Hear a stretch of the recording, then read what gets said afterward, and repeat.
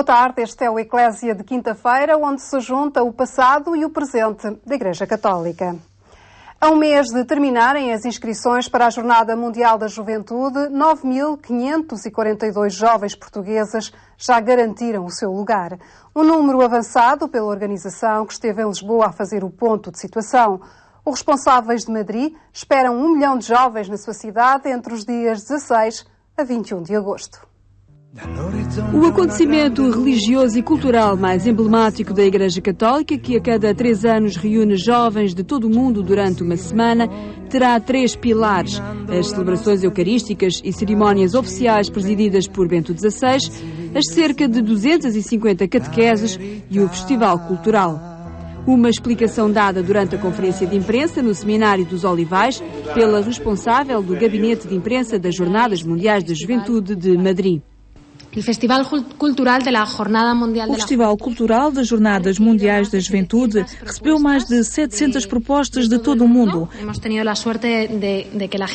Tivemos a sorte de que toda a gente dos 5 continentes queria participar ativamente nas Jornadas Mundiais da Juventude. Foram aprovadas 300 propostas dos 5 continentes. É impossível destacar as 300 propostas, mas para dar um exemplo, o Museu do Prado vai ter uma exposição itinerante do rosto de Cristo. E será um lugar perfeito para todos os jovens que queiram ver. O Departamento Nacional da Pastoral Juvenil comunicou através da sua página online que a participação das bandas Anima Christi, Banda J e Grupo Laetare ficou sem efeito devido às exigências económicas que o Comitê de Madrid fez aos grupos candidatos. Segundo o padre Pablo Lima, existe a possibilidade das referidas bandas e Grupo Laetare atuarem nos encontros dos jovens portugueses com os bispos a realizar no dia 18 de agosto. Enraizados e edificados em Cristo, firmes na fé, é o tema para estas jornadas, que pela primeira vez será 100% natural. Isso supõe que, tal como aconteceu nas Olimpíadas de Vancouver, uma companhia irá calcular e compensar mediante créditos voluntários de carbono durante as jornadas. E com esse dinheiro iremos ajudar 5 projetos solidários nos 5 continentes.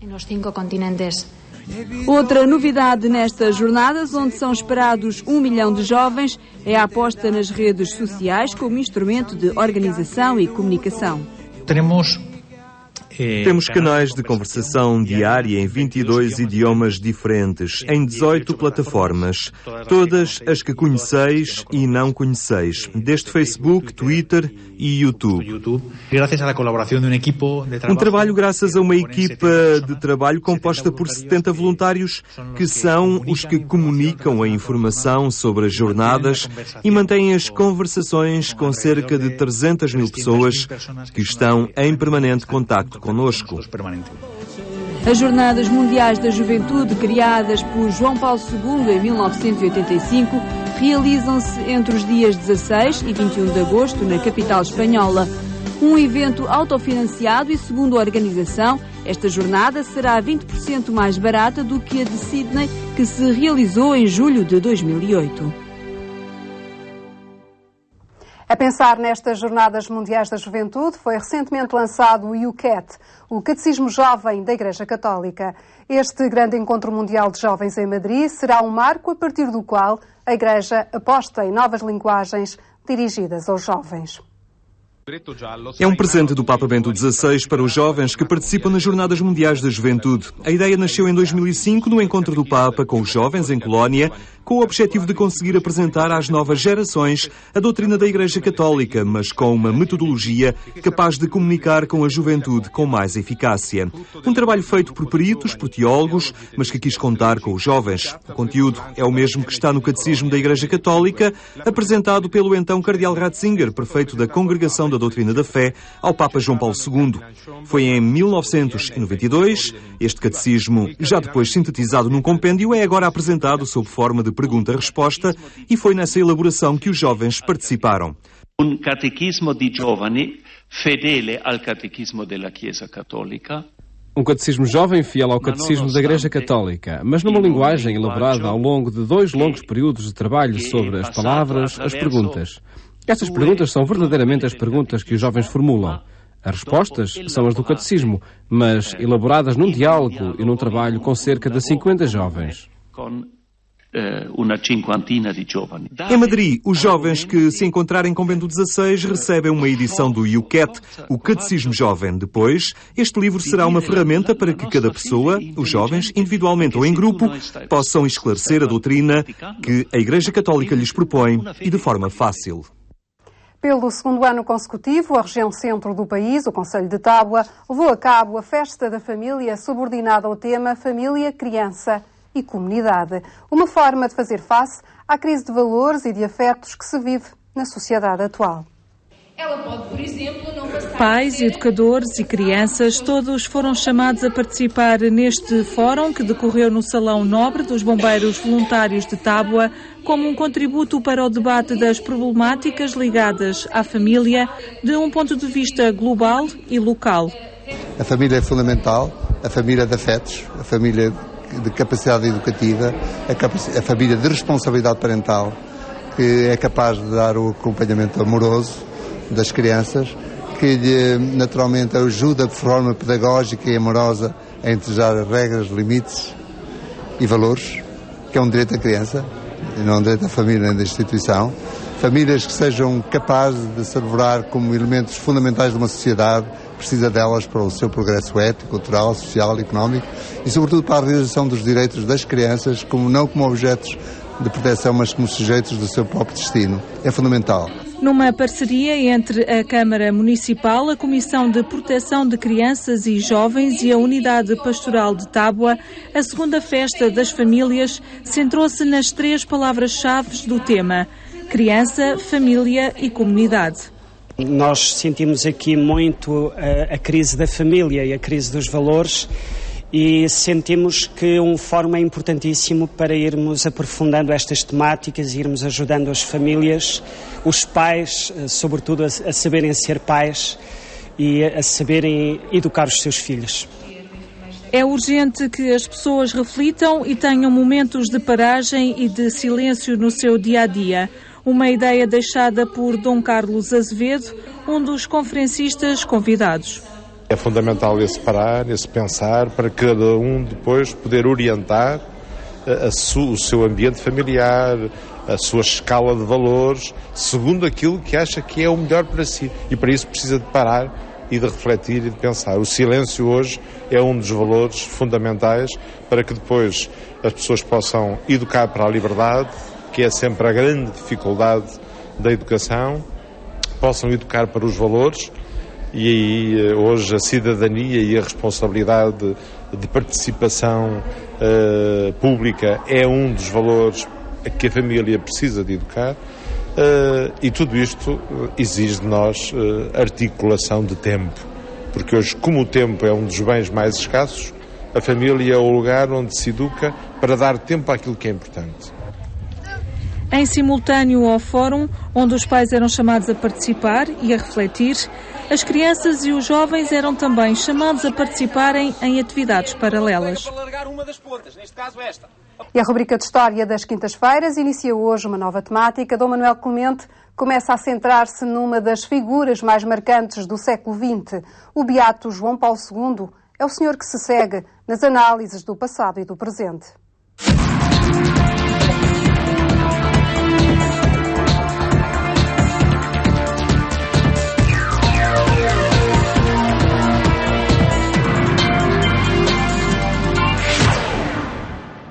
A recente beatificação do Papa João Paulo II motiva a escolha para uma abordagem histórica neste programa, na rubrica O Passado do Presente, que em cada semana conta com Dom Manuel Clemente. Cumprimento antes de mais. Sr. Manuel, muito boa tarde. Obrigado por estar uma vez mais connosco. Impõe-se de facto falarmos de João Paulo II. E de forma nova, acredito. Exato. Impõe-se absolutamente porque foi a beatificação e por isso nós agora também já contamos com ele desta maneira como modelo, como intercessor. Para nós crentes isso é tudo muito importante, mas porque a sua figura foi determinante não só na história da Igreja, como na história da Europa e como na própria história mundial ao longo de mais de um quarto de século. Estamos a falar de alguém que foi Papa entre 1978 e 2005. São anos muito importantes da história da humanidade e que tiveram uma contribuição fundamental da parte do Papa Wojtyła. Nós, já noutros tempos deste programa, lá muito para o princípio, talvez aqui há uma dúzia de anos, dedicámos uma série de programas aos Papas do século XX e também João Paulo II de uma maneira muito especial. Agora, série, aliás, que depois está num livro depois até, publicado. Exatamente, as edições paulinas fizeram essa recolha dos nossos rascunhos do programa, os Papas do século XX.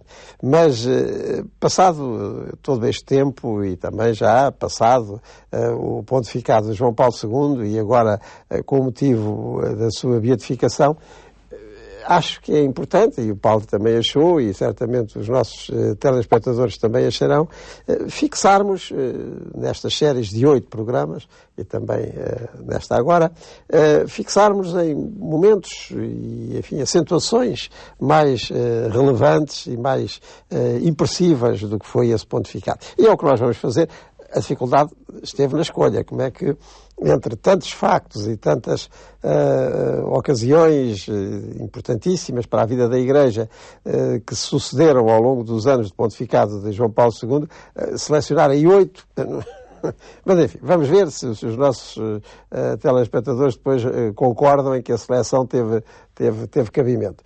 E vamos servir, porque é sempre bom termos um guião, vamos servir de uma ótima contribuição, que já está editada em português, que é o livro de Andrea Riccardi, que dedicou precisamente a João Paulo II e ao seu pontificado, a sua biografia, e que é feita por alguém, Andrea Riccardi, que esteve particularmente próximo de João Paulo II.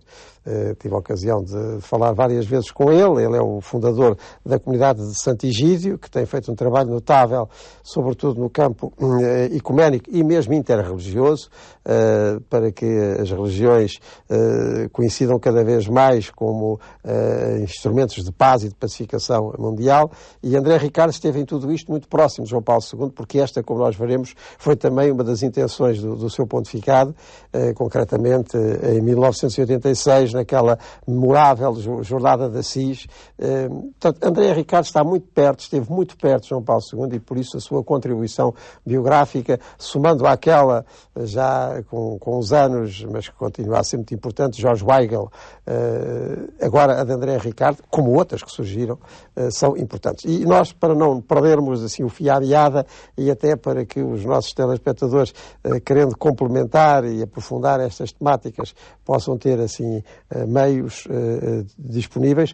Então, a biografia de André Riccardi sobre João Paulo II, que também saiu recentemente, também está aí disponível na edição da Paulus, é muito propícia. Bem, e então, porque os programas são 8 e nós temos cerca de 10 minutos para cada um, vamos que arrumar aqui as temáticas. Exatamente. Vamos ao ponto que eu escolhi para hoje. E eu escolhi para hoje uma perspectiva muito interessante que Riccardi traz sobre João Paulo II, que é o da sua personalidade. Mas num sentido ainda mais sublinhado e preenchido do que é habitual dizer. Quando nós falamos da personalidade, estamos a referir a alguém. Mas quando se diz João Paulo II, é a sua pessoa, a importância que a sua pessoa, como tal, teve neste pontificado.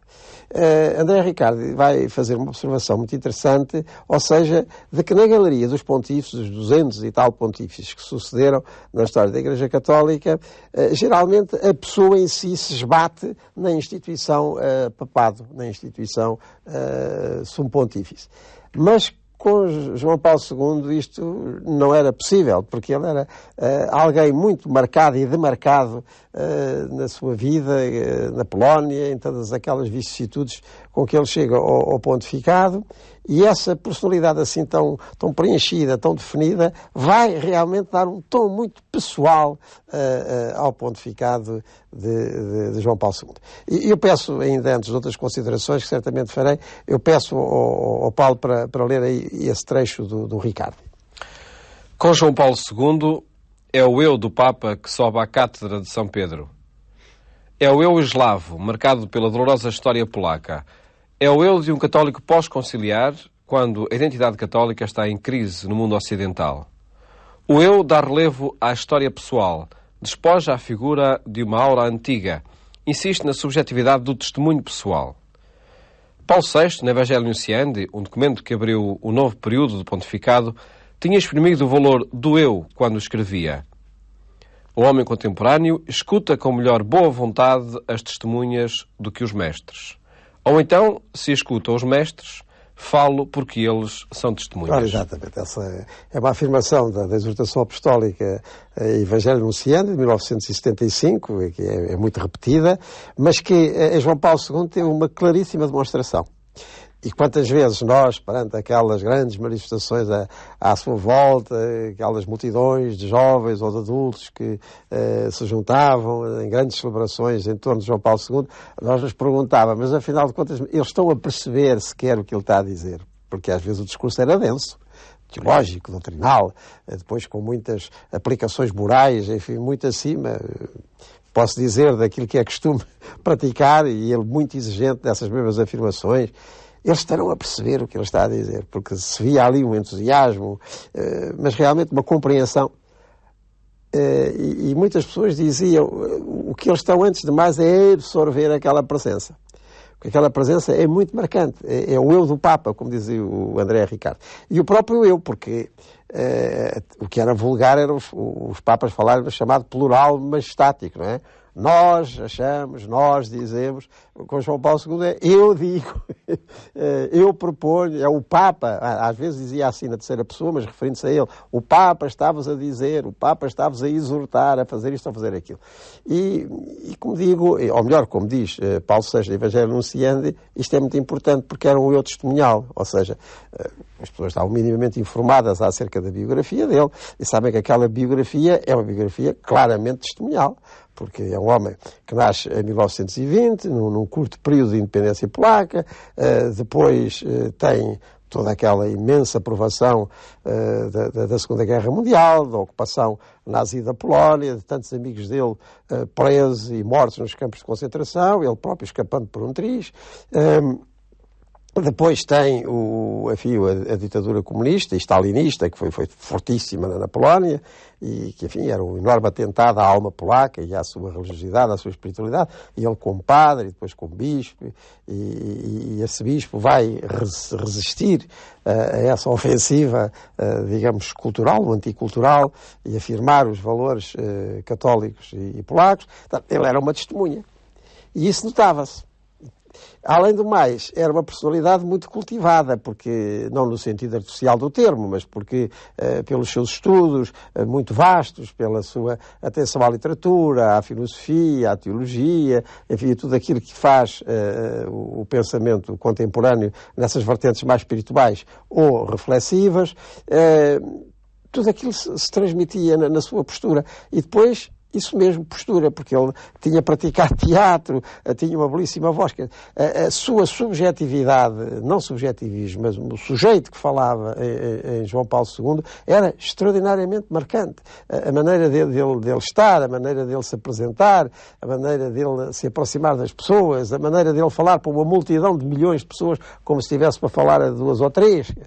Isso realmente era muito testemunhal. E depois toda a parte final do seu pontificado, em que as mazelas sucedem às mazelas, do ponto de vista físico, mas que a sua determinação de ir até ao fim, e até esse testemunho que ele dava a tantos contemporâneos nossos, que com a longevidade acrescida também são muito limitados, o testemunho que ele dava, não até ao fim, mesmo com as nossas limitações, permanecemos fiéis às nossas convicções e damos esse contributo a todos, e particularmente aos mais novos. Portanto, é muito testemunhal. E é isso que faz do Papa João Paulo II uma presença e uma permanência. Essa figura de agora saiu daqueles anos do seu pontificado e está presente na memória viva dos cristãos, e não só, e de muita gente por esse mundo além.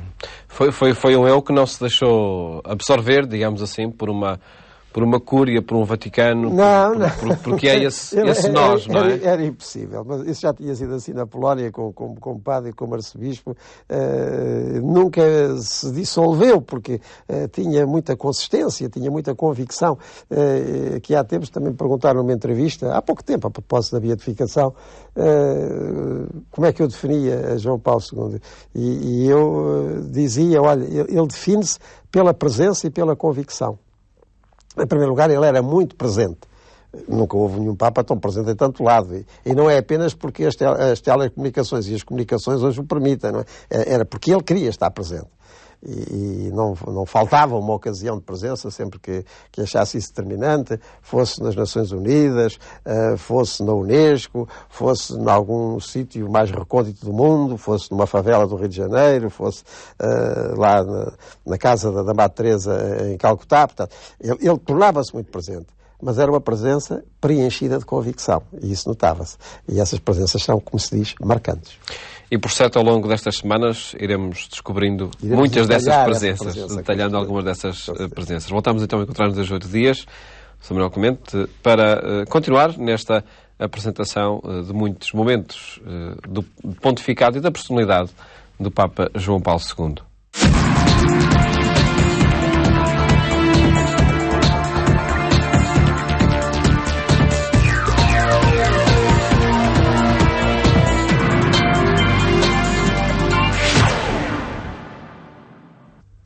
Foi o Eclésia. Continua a par de toda a atualidade da Igreja Católica em agência.eclésia.pt, o portal que congrega também todos os suportes multimédia do Eclésia, televisão, rádio e internet. Fique bem e até amanhã, se Deus quiser.